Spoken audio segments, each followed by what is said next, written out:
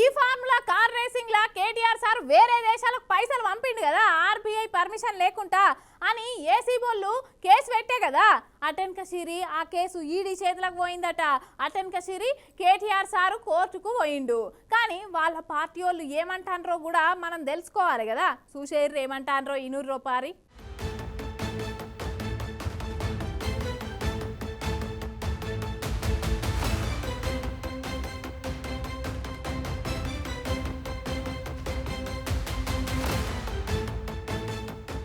ఇగో ఈ formula car racing లా బయట దేశాలకు 55 కోట్లు ఆర్బీఐ పర్మిషన్ లేకుండా కేటీఆర్ అన్న పంపిండని ఏసీ బోళ్ళు అట్నే ఈడీ వాళ్ళు కేటీఆర్ మీద కేసు కట్టే కదా ఇగో కయ్యం రోజంతా ముదురుతుందిలా ఇక గీ ముచ్చట మీదనే హరీష్ రావు సార్ నిన్న గులాబ్ భవన్ లో మీటింగ్ పెట్టిండు విలేకరులది A1 గా కేటీఆర్ A2 గా అరవింద్ A3 గా బిఎల్ఎన్ రెడ్డి మీద కేసు కట్టిరు గాని మరి ఆ కంపెనీకి పైసలు పంపితే కంపెనీ మీద ఎందుకు కేసు కట్టలే అనుకుంటూ వచ్చిండు గీ ముచ్చట మీద బడే బాయ్ చోటే బాయ్ బంధం బయటపడ్డది సాయంత్రం కంప్లీట్ అయింది పొద్దుగాల ఎఫ్ఐఆర్ అయింది మళ్ళా తిరిగి అదే సాయంత్రం ఈడీ ఎంటర్ అయింది కానీ మేము సివిల్ సప్లైల స్కామ్ జరిగిందని ఈడీకి లెటర్ పంపినాం సిబిఐకి కంప్లైంట్ చేసినాం పట్టించుకోలేదు పొంగులేటి ఇంటి మీద ఈడీ రైడ్ 80 రోజుల దగ్గరకు వస్తున్నా ఆ ముచ్చట ఇప్పటిదాకా పత్తకలేదు చూడబోతుంటే కేంద్రం రాష్ట్రం కలిసి చేస్తుంది అనుకుంటూ వచ్చిండు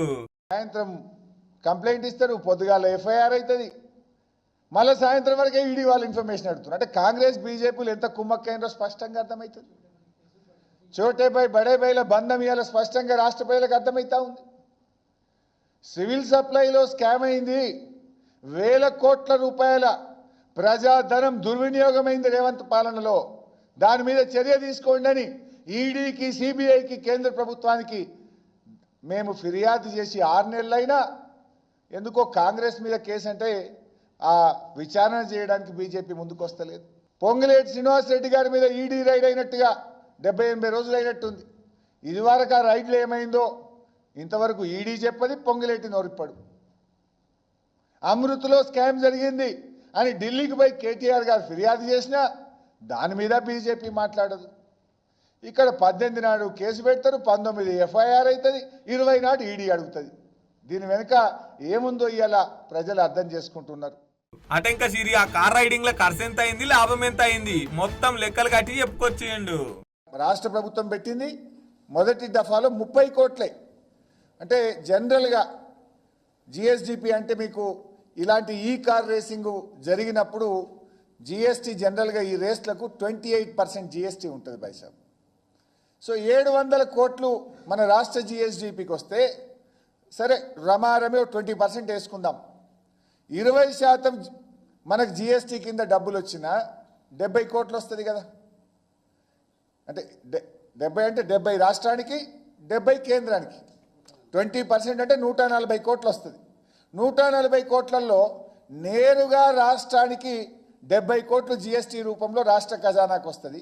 కేంద్ర ప్రభుత్వ ఖజానాకు 70 కోట్లు వస్తుంది సరే కేంద్రానికి పోయిన 70 కోట్లలో కూడా డెవల్యూషన్లో ఒక 2.32% మన స్టేట్కి వస్తుందంటే అదో 1.5 crore వస్తుంది అంటే 71 కోట్ల 50 లక్షలు రాష్ట్ర ఖజానాలోకి వచ్చినాయి మొదటిసారి ఈ ఫార్ములా రేసింగ్ జరిగితే రాష్ట్ర ప్రభుత్వం పెట్టిన ఖర్చు 30 కోట్లు రాష్ట్ర ఖజానాకు నేరుగా వచ్చింది 71 కోట్ల 50 లక్షలు ఈ రాష్ట్రంలో జిఎస్డిపి కంటే లైక్ హోటల్స్ టాక్సీస్ రెస్టారెంట్స్ తదితర అన్ని కలిపి 700 కోట్ల రూపాయలు మన రాష్ట్రానికి మేలు జరిగింది ఇక ఈ ముచ్చట మీద అసెంబ్లీలో సీఎం రేవంత్ సార్ కూడా మాట్లాడుకొచ్చిండు ఈ కార్ రైడింగ్ పెద్ద ఆఫీసర్ తోని సీఎం రేవంత్ రెడ్డి ఉన్న ఫోటోను కేటీఆర్ అన్న మొన్న రిలీజ్ చేసే కదా అది ఇప్పుడు పొట్టు వైరల్ అవుతుంది కదా ఇగో గదిని మీద వివరాన్ని ఇచ్చుకొచ్చిండు మా ప్రభుత్వం ఏర్పాటు చేసి నేను బాధ్యత తీసుకున్న రోజు 3-4 రోజుల తర్వాత ఆ ఎఫ్ఈఓ సంబంధించిన ప్రతినిధి నా దగ్గరకు వచ్చి గతంలో మేము కేటీఆర్ తోని ఈ రకమైన ఒప్పందాలు చేసుకున్నాం మాకు లావాదేవీలు ఉన్నాయి మాకు వ్యవహారం ఉంది దీన్ని కొనసాగించాలని నా దగ్గరకు వచ్చిన అధ్యక్ష ఇప్పటి దగ్గర అక్కడ ఫోటో ప్రదర్శిస్తారు అఫీషియల్ గా చీఫ్ మినిస్టర్ గా నేను అపాయింట్మెంట్ ఇచ్చిన అధ్యక్ష ఏ సంస్థ అయినా ఏ వ్యక్తి అయినా ఈ రాష్ట్రంలో పెట్టుబడులు పెట్టుంటే ఈ రాష్ట్రంలో ఏదైనా అంశం ప్రస్తావించదలుచుకుంటే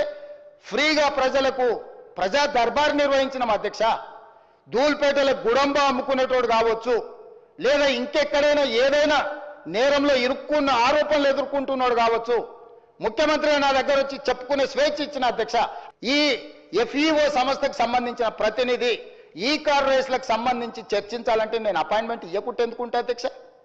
ఏముంది అధ్యక్ష? నేను దిగిన ఫోటో అధ్యక్ష, ఆ ఫోటో నేనే దిగిన, వాళ్ళని పిలిచినా నేను. వాళ్ళు వచ్చి కలుస్తామంటే రమ్మన్నా, వచ్చి కలిచారు. కలిసిన తర్వాత ఈ విషయం ప్రస్తావించారు. ఈ విషయం ప్రస్తావిస్తే నేను అడిగిన మాకేం సంబంధమయ్యా? మాకేం సంబంధం? దీంట్లో ప్రభుత్వం ఎందుకు డబ్బులు ఇస్తుంది? ఇక దాని మీద పాడి కౌశిక్ రెడ్డి అన్న మాట్లాడుతూ రేవంత్ రెడ్డి ఓటుకు నోటు కేసులో జైలుకు పోయి చిప్పకూడు తిన్నాడు, అట్నే అందరిని తినిపించాలనుకుంటుండు అని అనుకుంటూ వచ్చిండులా. రేవంత్ రెడ్డి గారు తీరెట్లుందంటే అడ్డంగా ఓటు నోటు కేసులో 50 లక్షలతో దొరికిపోయి జైలుకు పోయి చిప్పకూడు తిన్నాడు రేవంత్ రెడ్డి గారు. కాబట్టి రేవంత్ రెడ్డి గారు చిప్పకూడు తిన్నాడు కాబట్టి అందరికీ కూడా చిప్పకూడు తినిపించాలని అనుకుంటున్నాడు. ఇక ఈ ముచ్చట మీద కేటీఆర్ సార్ హైకోర్టు పోతే విచారణ చేసుకోరు కానీ 30 తారీఖు దాకా అరెస్ట్ చేయొద్దని చెప్పుకొచ్చింది కోర్టు. ఇక చూడాలా మరి ఈ కేసు ఇంకెంత ముందుకు పోతుందో ఏమైతుందో.